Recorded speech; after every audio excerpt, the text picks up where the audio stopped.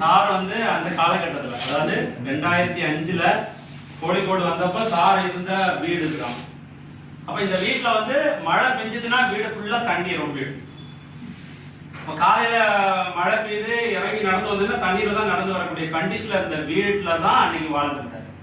அப்படிப்பட்ட ஒரு காலகட்டத்துல இருந்த ஒரு வீட்டுல இருக்க போதுதான் அன்னைக்கு காலகட்டத்தில் வந்து பாத்தீங்கன்னா நம்முடைய பெங்களூர்ல வந்து பாத்தீங்கன்னா போய் பொருள் வாங்கி அவர் சொன்னார் பாத்தீங்களா, இவ்வளவு பொருளையும் வாங்கிட்டு வந்து இந்த எதிர்ப்பு எல்லாம் தாண்டி மக்கள்கிட்ட போனா மக்கள்கிட்ட இருந்தும் 1008 எதிர்ப்புகள் இதெல்லாம் தாண்டி தான் அன்னைக்கு பிசினஸ் பண்ண வேண்டிய ஒரு நிலைமையில இருந்தார். வீடும் பிரச்சனை, பிசினஸும் பிரச்சனை. அப்ப ஒவ்வொரு வீட்டுக்கு தேடி போறாங்க.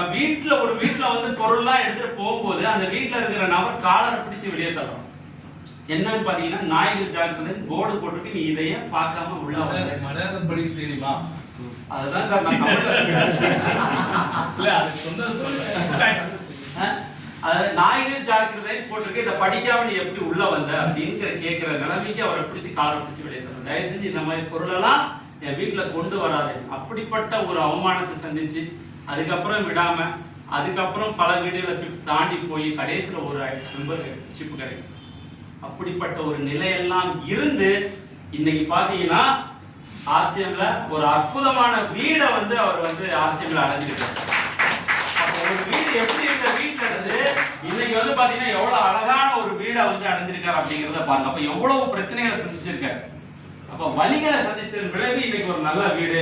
அது மட்டும் இல்ல, தன்னுடைய காலம் வந்து பாத்தீங்கன்னா நம்மளுடைய கிரேட் டைமண்ட் சுரேந்திர வாட்சியை வச்சு ரிப்பன் கட் பண்ணி ஓபன் பண்ணிருக்கோம்.